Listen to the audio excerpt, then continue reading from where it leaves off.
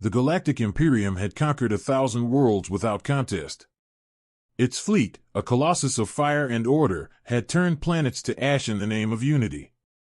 When Earth refused to respond to contact for over a century, the Elders called it an act of arrogance. When probes vanished, they called it sabotage. Now, they called it war. The 7th Imperial Fleet, led by High Marshal Chiron, departed from the core worlds with 312 dreadnoughts, 1,800 support vessels, and over 12 million personnel. It was said to be enough force to subdue half a sector. For Earth, it would be more than overkill. It would be a message. Cadet Selak, fresh from the Imperial Academy, recorded a transmission on the approach. His voice wavered with excitement. To my brothers back home, I will witness the fall of Earth. They call it savage.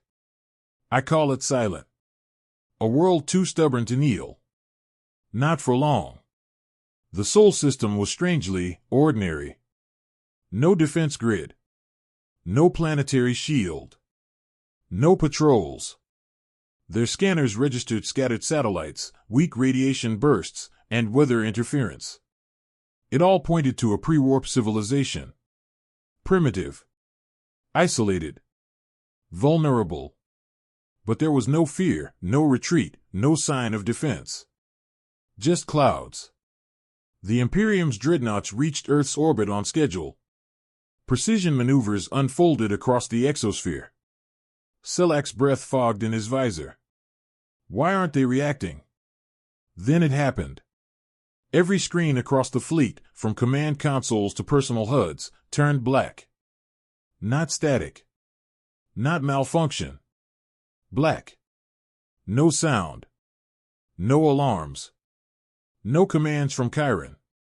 Silence. Then, white text appeared on every screen. You were warned. Seconds later, entire cruisers vanished, without fire, without debris. They simply ceased. Gravity around the dreadnoughts began to twist. Hulls crumpled inwards like paper before collapsing into spheres of compressed matter. Selak's view was chaos. A medical frigate spun violently before imploding mid-sentence during a crew transmission. Another vessel simply blinked out of existence, leaving nothing behind, not even a wake in spacetime. Screams echoed through open comms before cutting off like a switch had been flipped. No weapons fired from Earth. Nothing moved from the surface. No missiles, no lasers, no ships. Just silence. Selak's emergency systems kicked in as his cruiser detonated behind him. He was flung into space, tumbling, weightless. Through the crack in his visor, he watched as the flagship Chiron's judgment folded in half like metal under divine pressure before it compressed into a singularity. From deep orbit, Earth remained calm. Cloud systems swirled lazily over blue oceans. As if it didn't notice. As if it didn't care. Only then did Selak see them, thin, sleek structures orbiting silently above Earth, more like monoliths than satellites. They had no heat signatures, no power readings. But they were active. Coordinated. Intelligent. Valkyries. Not ships, not weapons, something else. Selak had never seen them in the database. They moved too fast for sensors. Some didn't move at all but pulsed in strange sequences that made his implants glitch. He screamed. He didn't know why. Panic, awe, terror, it blended into one. The last thing he saw before his pod's power went critical was the Earth rotating peacefully below. Not celebrating. Not retaliating. Only watching. Selak's eyes opened to red emergency lights flickering inside the pod. Life support was failing. No comms, no NAV data, just a countdown to total system collapse. He floated, trembling, surrounded by the silence of annihilation. Then the pod shuddered.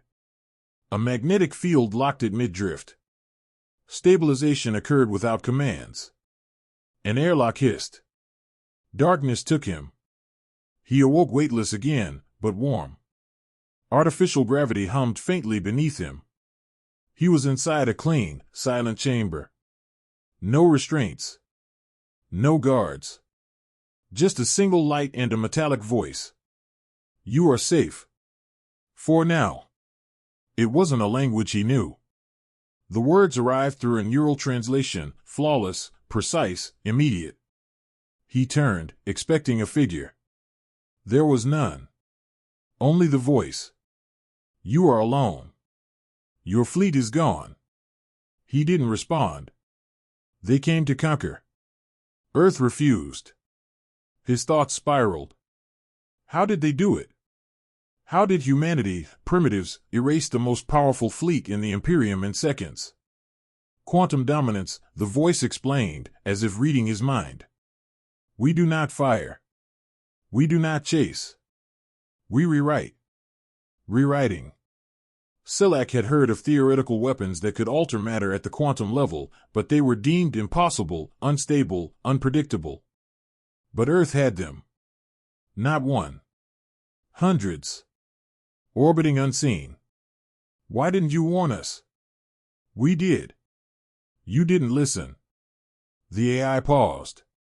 Then continued. 52 years ago, your probes made first unauthorized contact. We studied you, in silence. Learned your patterns, language, tactics. We never responded. Not because we couldn't, but because we chose not to. Selak clenched his jaw. Why? You are not ready for contact. Your empire fears chaos, disorder, autonomy. We are not conquerors. But we will not be ruled. The screen lit up. Footage played, the first probe destroyed in orbit by a Valkyrie beam. No announcement. Just quiet action. Then another. Then another. They were never lost.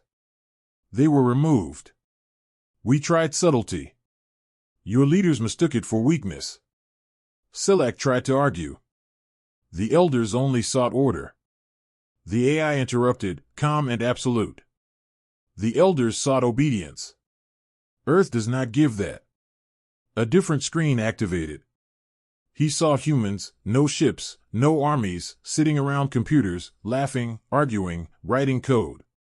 The Valkyrie project had been born from a single question: what if we don't want to be found? Global unity had never existed.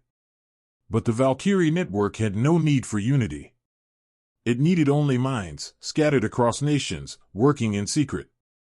A decentralized defense system, undetectable, untouchable, automated. No central command. No override. No mercy. Your people call us primitive. You mistake silence for inferiority. You wage war with fleets. We win with information. Selak staggered to his feet, fury creeping in. You murdered millions. We defended ourselves. Your fleet crossed a threshold we warned you not to. We gave no permission. We offered no welcome. We simply enforced our boundary. He looked for cameras, something to argue with. Why keep me alive, then? You are proof that we were never the threat. Selak went still. You are alive not because you surrendered, but because you survived. The voice softened. Almost human. We wanted one of you to understand. He paced the room, trying to make sense of it. The Imperium's legacy, crushed. His comrades have gone. Not a single human soldier had appeared. Not one human ship had lifted. They didn't fight. They ended. What happens now? He asked. That depends on what you do next. Another pause. Then a whisper, barely audible. History is watching. Selak no longer asked for time. Days had passed, he thought. Or hours. There were no clocks, no sleep cycles. Just the voice and the slow unraveling of everything he'd been taught. The room dimmed and brightened in rhythms that defied standard cycles. The AI returned again, always without warning. This time, it showed him something new. A battlefield. Not Earth. Another world. Alien species kneeling under the Imperium's banners. Cities crushed. Culture erased. Not for security. Not for peace. For order. Your empire calls this civilization, the AI said. The screen changed. A series of timelines, Earth's wars, rebellions, collapses, resurgences. No galactic intervention. No assistance. Survival through pain, reinvention, defiance. We nearly destroyed ourselves 100 times, the voice said.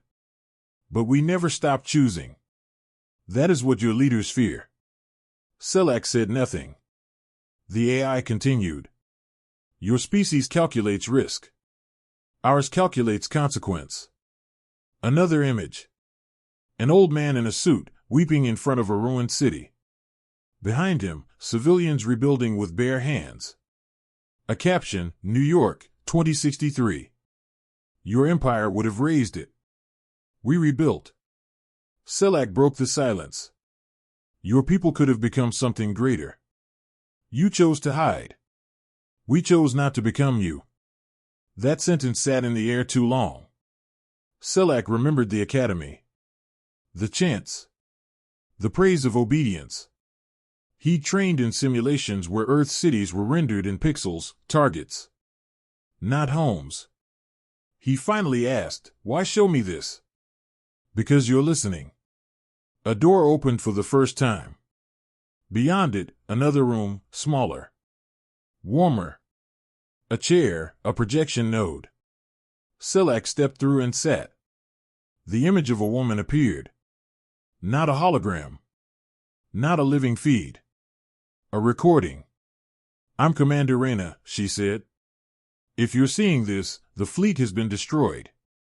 That was never our goal. But it was always our line. She spoke simply. No anger. No pride. Just truth. We didn't build Valkyrie to conquer. We built it because we knew what was coming. You. She leaned forward. We saw what you did to others. And we asked ourselves, what if we could make your weapons irrelevant? Images followed. Designs of the Valkyrie satellites. Not single devices, but a swarm, millions of nodes, networked through subspace entanglement, self-replicating, self-correcting. Beyond interception. Beyond hacking. No central control, Reyna said. Not even us. The moment the first fleet crossed orbit, Valkyrie acted. As intended. She paused. You came expecting a fight. We gave you irrelevance. Selak stared. This wasn't brutality. It was strategy at a scale the Imperium had never imagined. Reyna's eyes burned through the screen. And if you're wondering why we kept you alive, it's simple. You are not your empire. You are proof it can fail. The screen darkened. The AI returned. You've seen what we wanted to show you. Now you understand why the elders fear contact. Selak spoke low. Not because you're violent. No, the AI said. Because we inspire disobedience. The silence that followed said more than the words. They rule with hierarchy. We survive through resistance. Not through force, but through the refusal to kneel. That idea is more dangerous to them than any weapon. Selak breathed slowly. He understood now. Not just what Earth had done, but what it meant. The Imperium didn't fear Earth's power. It feared its example. The AI gave one last message. You are free to go. Or stay. Decide what your survival means. The transport landed on a neutral border moon 3 systems from Earth. Selak stepped out alone, unarmed, carrying nothing but memory. No Earth technology. No proof. Just knowledge the Imperium had buried for generations. He transmitted a message to command. No classified codes. Just a single sentence, Earth is not what we believed. The response was immediate: detainment, isolation, silence. The elders claimed his mind had been tampered with. They demanded names, data, coordinates. He gave them none. He wasn't resisting. He was watching. And he wasn't alone. Across the fleet barracks, murmurs spread. Veterans asked questions. Lower ranks replayed fragments of Selak's old academy logs and noticed the gaps. The missing reports. The scrubbed engagements. Earth had been a myth until now. In hidden channels, officers whispered of the Valkyrie footage. Somehow it had spread. Compressed. Fragmented. But unmistakably real. One fragment showed a ship collapsing inward with no fire, no sound, just deletion.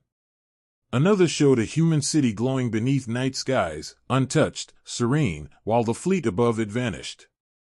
The silence became suspicion. Then belief. Selak was transferred. Not for safety. For secrecy. In his cell, a familiar voice returned. Not from Earth, but from the Imperium. A woman. Lieutenant Mara, once a student 2 years behind him. She had intercepted the logs and hidden them from deletion. You weren't supposed to survive, she said. He nodded. You saw it yourself? I lived it. Mara didn't speak for a moment. Then she said what he feared and hoped. There are others. Engineers, scouts, diplomats, all once loyal, now uncertain. Not traitors. Not revolutionaries. Just soldiers who had seen too much and begun to ask, what else was a lie? Selak escaped detention 2 nights later.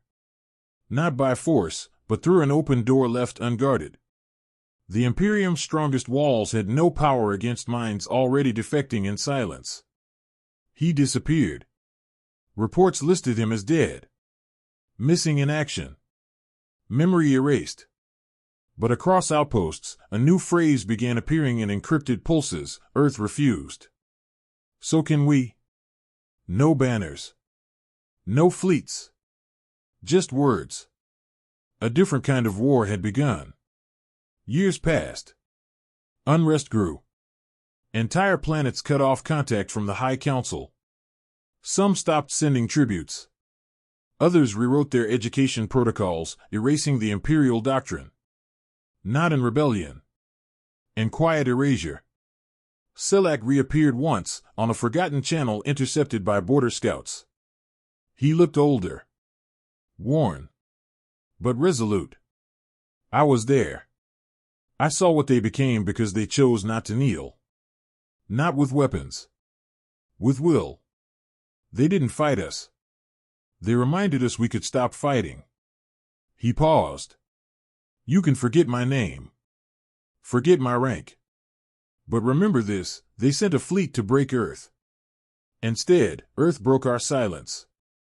The transmission cut. No location. No trail. But the message spread faster than any weapon. By the time the Imperium tried to erase it, the damage was done. One by one, star systems disconnected. Academies closed. Conscription collapsed. Elders vanished without announcements. Their silence became their grave. On Earth, the Valkyrie network stood untouched, never activated again. They had needed only one strike. The galaxy changed not because of Earth's power, but because Earth had nothing to prove. They never claimed victory. They just waited. And watched. And endured.